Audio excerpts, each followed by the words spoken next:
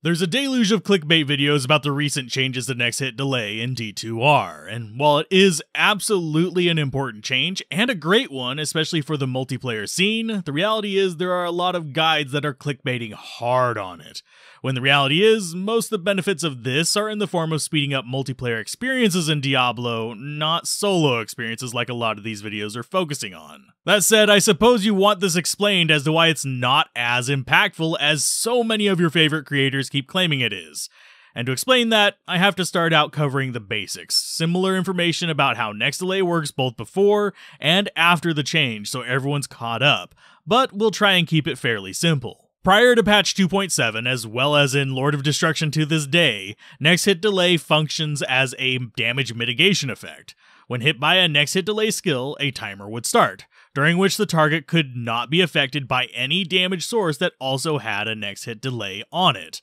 Different skills had different delays, ranging from well under 1/5 of a second up to a full second, but it has always based on the latest one that caused damage. In patch 2.7, next hit delay has been changed to function more like the last collide function, where the damage occlusion is based on the specific cast of the ability that delivered the damage, and does not impact other sources of damage even if they share a delay function. It is a bit more complex than this, but outside of some fringe cases, this is the simplest way to look at it. And you might be saying, cool, so more of our skills can do damage when cast after each other. And for the sake of clarity, each charge released by the assassin martial arts skills are considered separate castings for the purpose of this as well. So there's no longer any worry about stacking specific charges of Phoenix Strike or Claws of Thunder on your mosaic assassin. Go full charge without guilt now.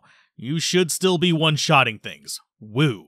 Now on the surface, this will sound like it's going to make a massive impact, since now you can deal with a ton more damage without having to wait. And in some circumstances, yes, but it's not making any build broken, or even more broken than it was before, and it honestly only gave marked improvement on a global scale to one build that works without endgame gear, the Blade Assassin. Which is the same as the 2.5 version we did, just you can overlap your Blade Sentinels now without issue, so it comes up to a solid A tier build when kitted out, and will now match the power boost the other Trap Assassin variants got in 2.6.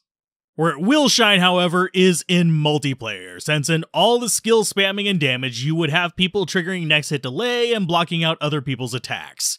Whether it is the Sorceress Lightning, the Druid Tornado and Twister, the Assassin Shockweb, which I'll admit I would sometimes trollishly drop to see who would notice. With the change, this no longer happens. Everyone will be doing the maximum damage with each cast of their skills, which will improve the speed of clumped runs like Bale and Chaos Grinds.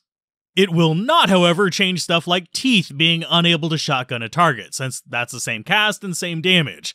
And for stuff like Chain Lightning on the Sorceress or Lightning Strike on the Amazon, you will not see a noticeable difference outside of very specific situations where the number of enemies is small but greater than 2 and packed within a specific distance of each other. So pretty much the only 4-frame delay skill that will feel a noticeable difference to it will be Wake of Fire. And even then, this is usually only going to feel significant against solo targets in areas with open ground. So act bosses will be faster than before with the Fire Traps in, but it will still in general be slower than the Lightning Trapper thanks to the 2.6 upgrades.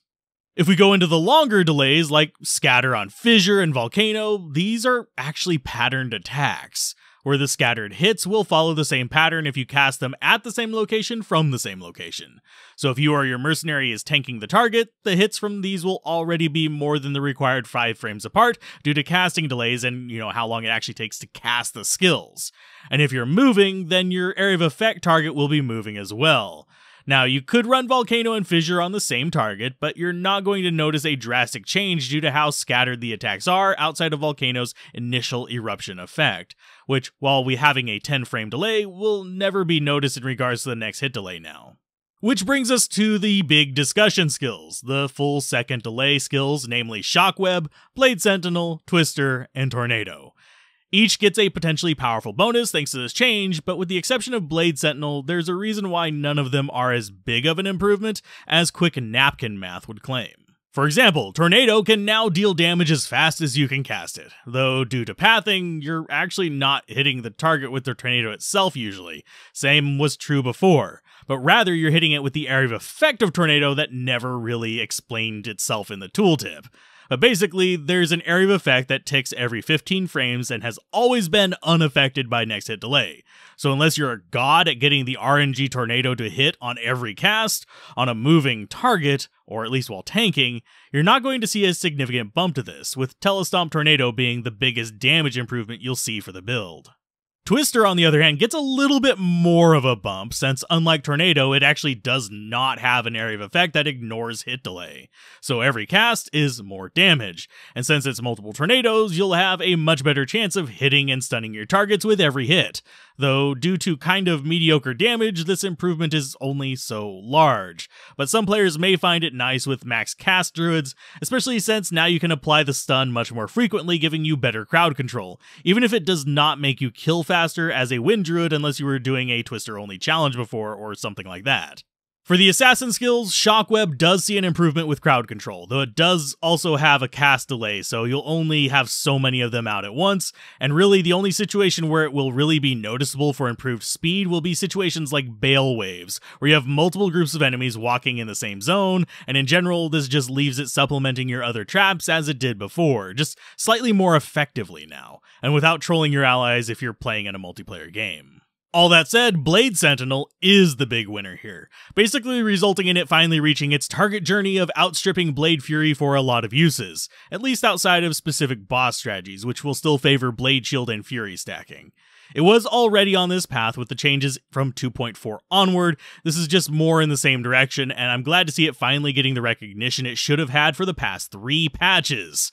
The reason it is the big winner here is that this basically brings it up to the same viability as other traps, but using damage that can scale with equipment and bonuses, and carries a few fun perks with it. This is pretty much the only reason why the Sentinel build is the only "oh my god, new build" type video that I am not casting shade at right now for being clickbait, even though that build has been viable and easy to run for over a year now.